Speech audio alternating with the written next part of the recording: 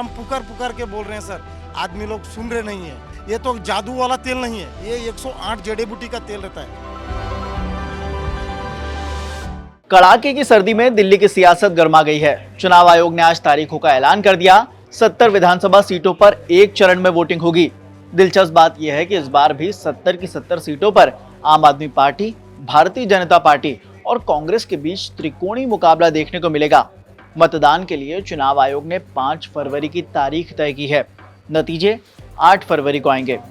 तारीखों के ऐलान के बाद पूर्व मुख्यमंत्री अरविंद केजरीवाल ने एक्स पर पोस्ट किया और लिखा कि चुनाव की तारीखों का ऐलान हो चुका है। सभी कार्यकर्ता पूरी ताकत और जोश के साथ मैदान में उतरने के लिए तैयार हो जाएं। कार्यकर्ताओं में जोश भरते हुए केजरीवाल ने आगे लिखा कि आपके जुनून के आगे इनके यानी कि बीजेपी के बड़े बड़े तंत्र फेल हो जाते हैं। आप ही हमारी सबसे बड़ी ताकत हैं। ये चुनाव काम की राजनीति और गाली गलौज की राजनीति के बीच होगा। दिल्ली की जनता का विश्वास हमारी काम की राजनीति के साथ ही होगा। हम जरूर जीतेंगे। उधर चुनाव की तारीखों पर मनीष सिसोदिया ने क्या कहा, वो भी सुनिए। दिल्ली की जनता को मैं एक बार फिर से बहुत बहुत बधाई देना चाहता हूं और शुभकामनाएं देना चाहता हूं कि 5 फरवरी को फिर से चुनाव होना है और दिल्ली के लोग एक बार फिर से केजरीवाल जी को चुनेंगे। दिल्ली के लोग एक बार फिर से अपने बच्चों के लिए अच्छी शिक्षा देने वाली पार्टी को चुनेंगे।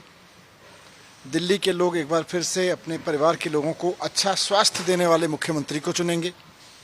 दिल्ली के लोग एक बार फिर से उनको 24 घंटे बिजली देने वाले, ज़ीरो बिजली बिल देने वाले नेता को चुनेंगे।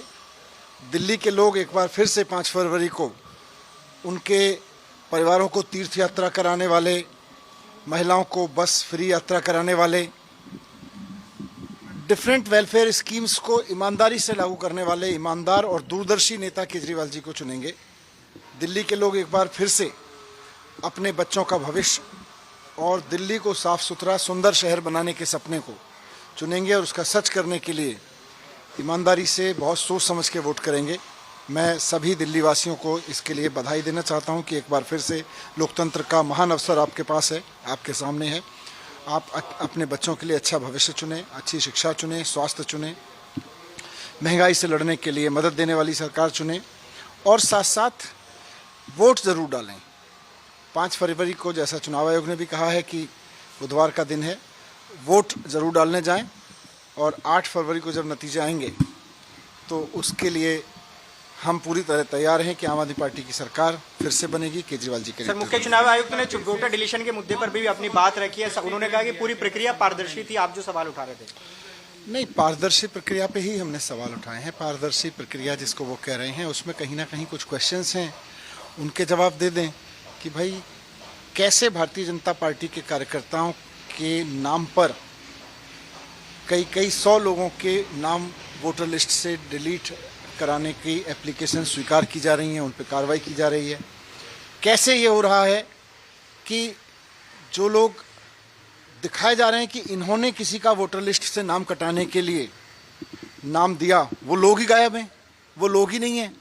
फर्जी एप्लीकेंट्स वोट कटवाने के लिए फर्जी एप्लीकेंट्स के नाम का इस्तेमाल किया जा रहा है। कैसे हो रहा है? और अगर कोई कर रहा है तो उसके खिलाफ चुनाव आयोग क्या कार्रवाई कर रहा है, इसको भी पारदर्शी बता देते। वो बता देते कि हाँ जी, हमने संज्ञान में लिया था, इतने लोग फर्जी एप्लीकेंट पाए गए जिन्होंने चुनाव आयोग को नाम कटवाने के लिए झूठी मिसलीडिंग इन्फॉर्मेशन दी थी और हमने उनको उठा के जेल में बंद कर दिया है। बहुत अच्छा लगता है, हमें लगता है चुनाव आयोग बहुत एक्शन में है। लेकिन चुनाव आयोग के मन की बात आधा पौना घंटा में कह के अगर वो ये नहीं बता पा रहे हैं कि जिन लोगों ने गलत एप्लीकेशंस डाली उनकी एप्लीकेशन स्वीकार करने वाले ऑफिसर्स क्यों, उनका नाम हाइड क्यों किया जा रहा है, जिन लोगों ने गलत और भ्रामक तरीके से लोगों के वोट कटवाने के लिए झूठे एप्लीकेशंस लगाए हैं, जिन लोगों ने मतलब एप्लीकेंट भी झूठे हैं, वो एप्लीकेंट भी मना कर रहे हैं कि जी मैंने तो किया ही नहीं। तो ऐसे में कौन कर रहा है ये कार्रवाई? उन्होंने क्या एक्शन लिया? जो लोग 1100 रुपये बांटते हुए पकड़े गए उनके खिलाफ क्या एक्शन लिया? मान जाएंगे बहुत निष्पक्ष है। केवल मन की बात और दिल की बात टीवी पे बैठ के कह देने से काम थोड़ी चलता है।